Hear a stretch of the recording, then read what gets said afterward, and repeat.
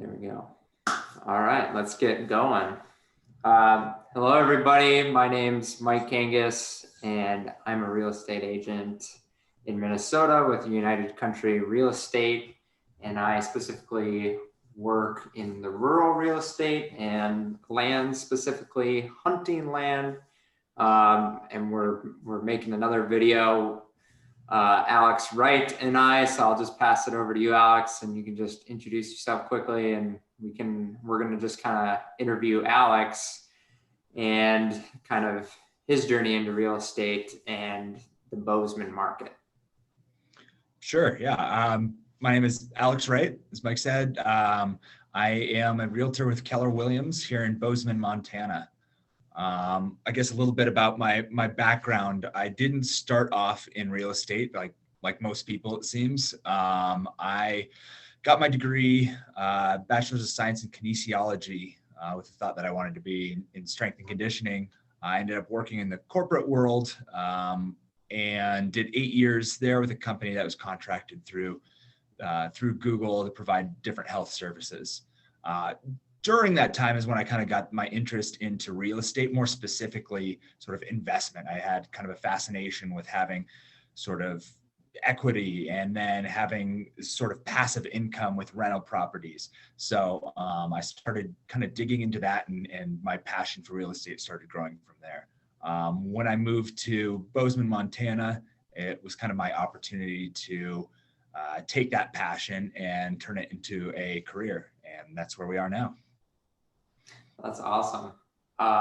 So what made you do the final switch to go get your license? And investing in real estate is awesome, and that's kind of where Danny and I came from. But what was that the turning point? Yeah, I think, being in the corporate world for so long, you get a little burnout. And no matter how hard you work, in most cases, you end up seeing the same paycheck, and it's easy to be comfortable there. But you just start losing that passion for what you did. With real estate, I really liked that your hard work pays off. The harder you work, you're going to see results. Maybe not right away, but long term, you're going to see those results. So taking something I was interested in and not really having to report to anyone other than yourself, I really intrigued me, and kind of ripped the Band-Aid off and just decided to do it. Awesome. That's just what you said about it's not easy, and just trying to figure it out in the beginning. That's a whole another video in itself to go over those challenges. Yeah. You don't have that steady paycheck coming in, and just go with it. It's definitely nerve-wracking. You don't know what's around the corner. Right, exactly. Well, that's awesome. Well, so this next question I have for you is around your value proposition. So what have you found to be your value in the Bozeman, Gallatin Valley area market? Yeah. And what just makes you stand out, essentially? Yeah. No, that's I think that's the hard part here is that, I think last I heard there was 14 or 1,500 real estate agents in our area. And it's a small area. So for anybody that doesn't know Bozeman's is the greater Bozeman area, Belgrade is max 90,000 people with if you include cities that are 50 miles away. Yeah. So it's everyone and their cousin is a real estate agent. But that being said, I heard 20% of those, 14 or 1,500 had 0 deals last year. And then I think it was 22% had 1 deal. So, that's 44% are basically inactive or struggling. But, that's still over 800 active agents that you're competing with. So, what I've noticed more, it's kind of more common than you might expect, there's a lot of really bad agents. And I don't mean just like how they do things, but bad service. They write bad contracts, and they have bad results. Maybe their clients aren't getting as much as they could for their house, or maybe they're paying more than they should for a house. Maybe they're not, encouraging them to do their due diligence of inspections and that type of thing. So for me, what I have found most successful is honesty, communication, and then what I kind of like to say is the grind.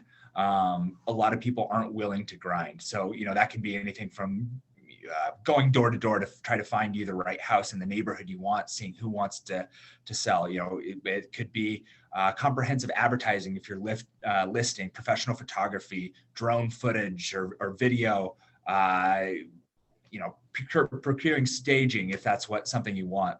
I think the most important thing, being a realtor, is that, you can be someone that your client knows that they can rely on at any point during the day, whether there's some kind of issue with the house, if, it's being there to meet a contractor, if they're getting something fixed before the listing, whether it's shoveling the driveway so people coming to view the house, or, mowing the lawn so it looks nice, something along those lines. All those little things kind of add up to make you stand out, so that people know that you're there for them and you're going to go up above and beyond what may be expected. I think that's kind of the big thing there. And like I mentioned before, I do have kind of a passion or interest in investment real estate, but this spans for everything. Right. Well, that's got to be a huge value proposition too, is just having like that you invest in the very thing that you sell versus like you're just trying to make money, like you're in something you like. Yeah. It's something I do as well as, is part of my job. Definitely. Awesome. Yeah. And 1,400 agents might seem like a lot, but once you start hacking off like the things you were saying on like, people not really using it, or, not really passionate about it, or, working.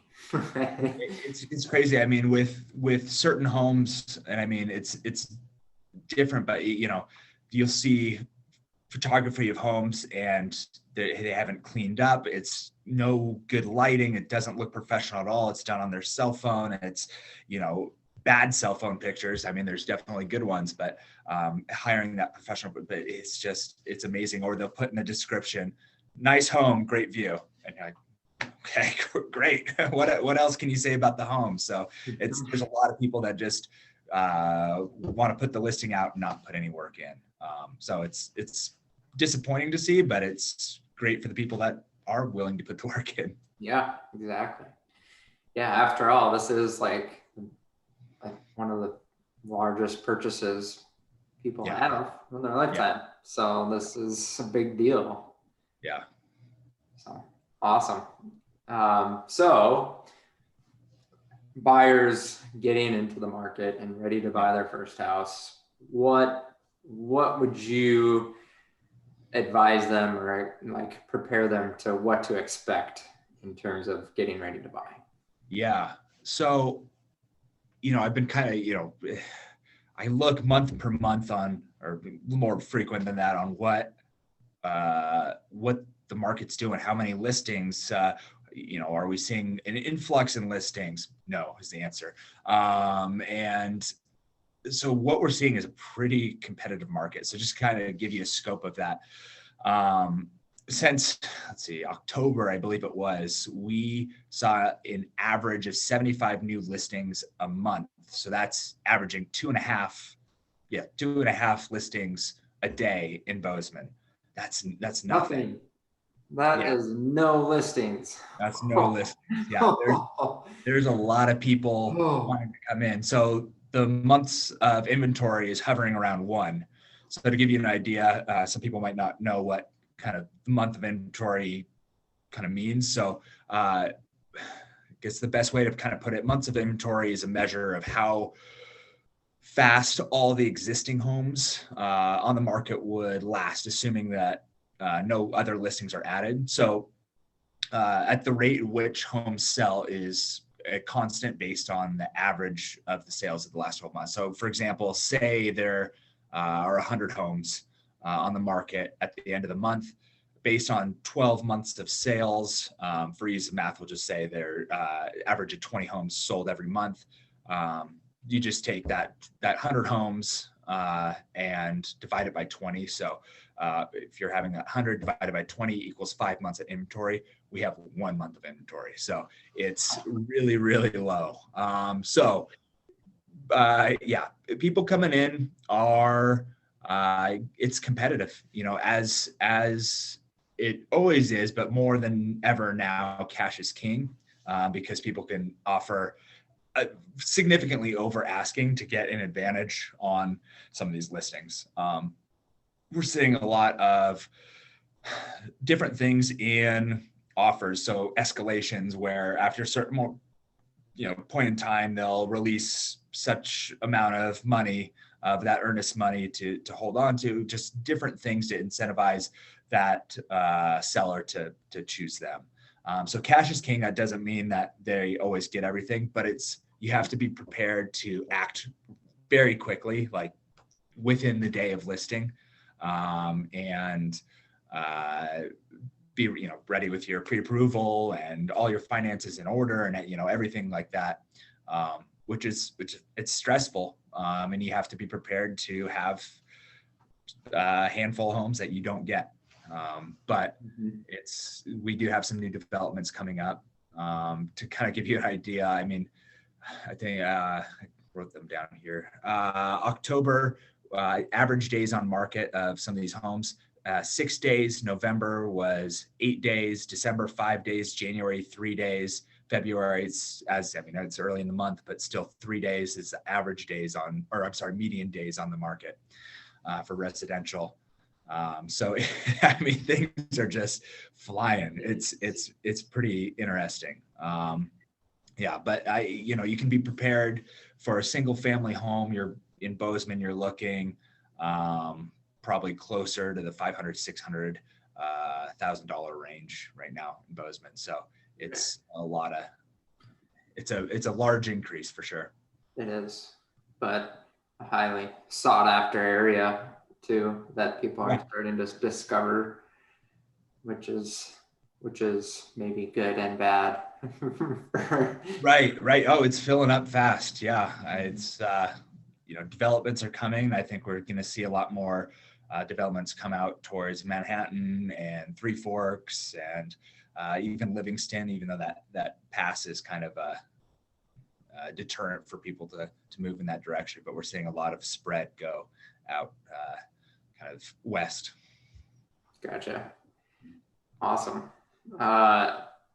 Now, in terms of like what people are like looking for and like really have their eye on, is there something that like trends a certain way in terms of like, what type of a single family home, or are they trying to invest, or are they looking for certain features for homes?